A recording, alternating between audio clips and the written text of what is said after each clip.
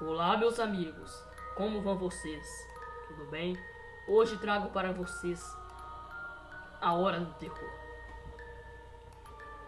Tenho certeza que essa Hora do Terror vai agradar muitos hoje.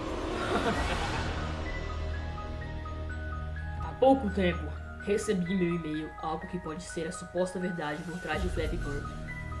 Mesmo sendo algo sobre um assunto antigo, o e-mail contém informações preciosas. Um assunto curioso e um tanto estranho. Costumo visitar a Deep Web de vez em quando. Embora ela tenha se tornado notória recentemente, ela já existia, sempre existiu. Pouco tempo atrás me deparei com algo que achei interessante, mas que não era relevante, algo que não dei muita atenção, porém passei essa madrugada toda tentando localizar o que eu havia visto, pois achei que gostariam de saber de uma história que achamos de coincidência e intrigante. Antes de começar a história, vai aqui o resumo do que é Deep Web. Muitos conhecem, ou ao menos já ouviram falar do chamado Deep Web. Por lá encontramos todo tipo de informação, e a quantidade de coisas bizarras e até mesmo desumanas são abundantes. Em resumo, na Deep Web está tudo aquilo que o Google e outros buscadores desprezam, e o motivo é óbvio: o conteúdo geralmente é ilegal. Muitos já sabem, para navegar na Deep Web basta ter um navegador específico. Mas o que a maioria dos usuários comuns desconhecem é que a Deep Web possui níveis mais profundos e nem sempre os aplicativos padrões da própria Deep Web são capazes de chegarem nesses níveis. Estou falando do que há muito além da Deep Web, falo da última camada chamada Marianas Web. A Deep Web é uma criança perto do primeiro nível da camada Mariana. Muitos pensam ter acessado informações privadas e bizarras da Deep Web, mas a verdade é que parte do que está ali é fake. Um videozinho de alguém sendo decapitado, um animal sendo queimado vivo, por conta dessas coisas, muitos pensam que chegaram ao fundo da Deep Web, mas estão enganados. O fundo é tão difícil de ter acesso que até mesmo o FBI tem dificuldades de chegar. Ali é para poucos, e sem conhecimento avançado, sem alguém que é parte disso para lhe dar as instruções e sem a ajuda de diversos softwares, você não será capaz de acessá-lo. Eu não recomendo, mas se você é uma pessoa teimosa, ao menos tenha um PC só para isso, pois ali a coisa não é brincadeira. Agora que resumi a questão, contaria uma história. Na Marianas Web existe um site de um grupo conhecido por Devilmate.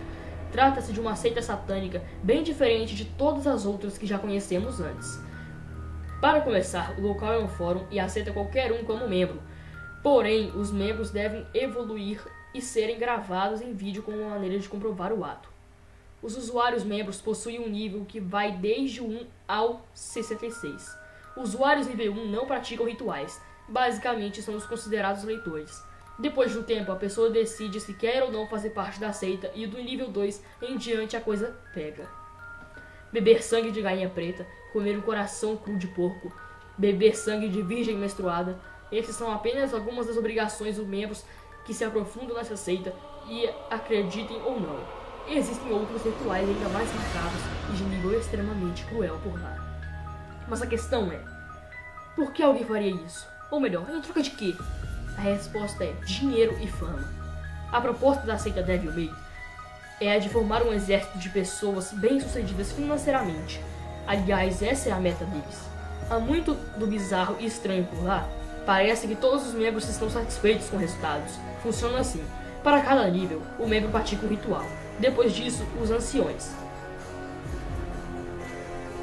instruem o membro com uma espécie de manual detalhado sobre o que ele deverá fazer para ser bem-sucedido financeiramente. Por exemplo, se a pessoa trabalha com uma franquia de fast food, deverá seguir algumas regras e rituais.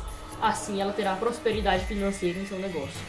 Eu realmente vi muitos membros por lá, e teve um que me chamou muita atenção: o usuário Gnome. Este usuário parece estar em um nível relativamente avançado. Em uma das discussões do fórum Gnome, recebeu uma tarefa definitiva para alcançar o primeiro nível de prosperidade. Ele já havia feito outras tarefas antes, mas agora ele passaria para o nível 27. Esse parece um nível onde as coisas começam a andar. Depois de ter cumprido com a tarefa, ele recebeu instruções do que deveria fazer para alcançar o sucesso. As instruções estão criptografadas e podem ser lidas por meio de um criptograma específico criado pela Devilmate. Apenas usuários de confiança de determinado nível conseguem a ferramenta. Antes que me perguntem como eu consegui, aqui vai a resposta. Não sou membro, apenas consegui.